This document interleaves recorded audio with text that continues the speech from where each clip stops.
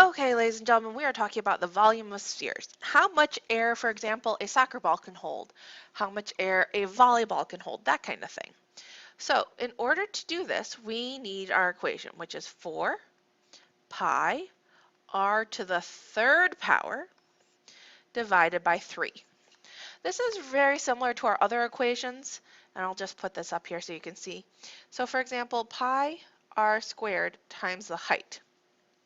Except in a sphere, our height is the same thing as the radius, which is why r squared times r then becomes r to the third power.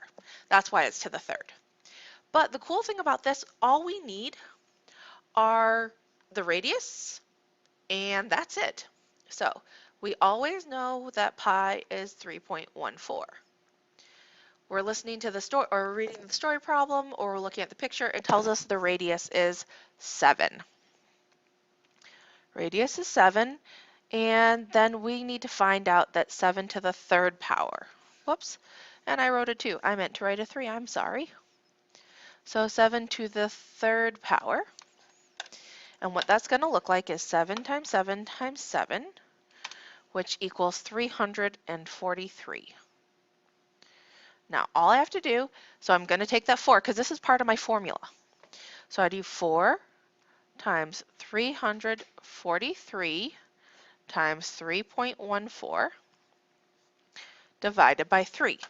So what I'm going to do first, let me move this so you guys can see, 4 times 343 times 3.14 equals 4308.08.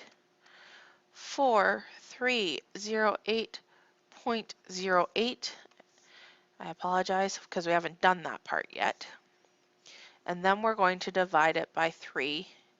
And let's see what happens. So then I'm going to divide this by 3, and we get 1,436.026 repeating. So I'm going to round this, so I'll make it 1436.03. 1436.03, and it's units cubed. Do not forget about that. That part is very, very important. Okay? So let's look at another one, but this time, let's pretend, and I'm so sorry, I cannot draw a sphere very well. But if they show you this, and they show you this line going straight across, and say that it's 2, that means that's the diameter. It's going all the way across. So I'm going to list out my pi, which is 3.14. I'm going to list out my radius, which is 1, because remember, we take our diameter, if we divide it by 2, that gives us our radius. So now we have 1 to the third power, which 1 times 1 times 1 is still 1. So we're going to do 4 times 3.14 times 1. Let's find out.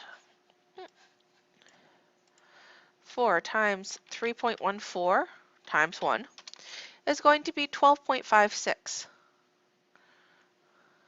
We have to divide it by 3 because we always kind of have to do that. That's kind of our thing. Divide by 3 and we get 4.186 repeating. So I'm going to round this to 4.19. So it's going to be 4.19 and it's units cubed. So this is kind of cool, especially if you're given the formulas, which you will be. You just won't know which one goes with which. And this is all you have to do. If you have questions, please post them in the comments below.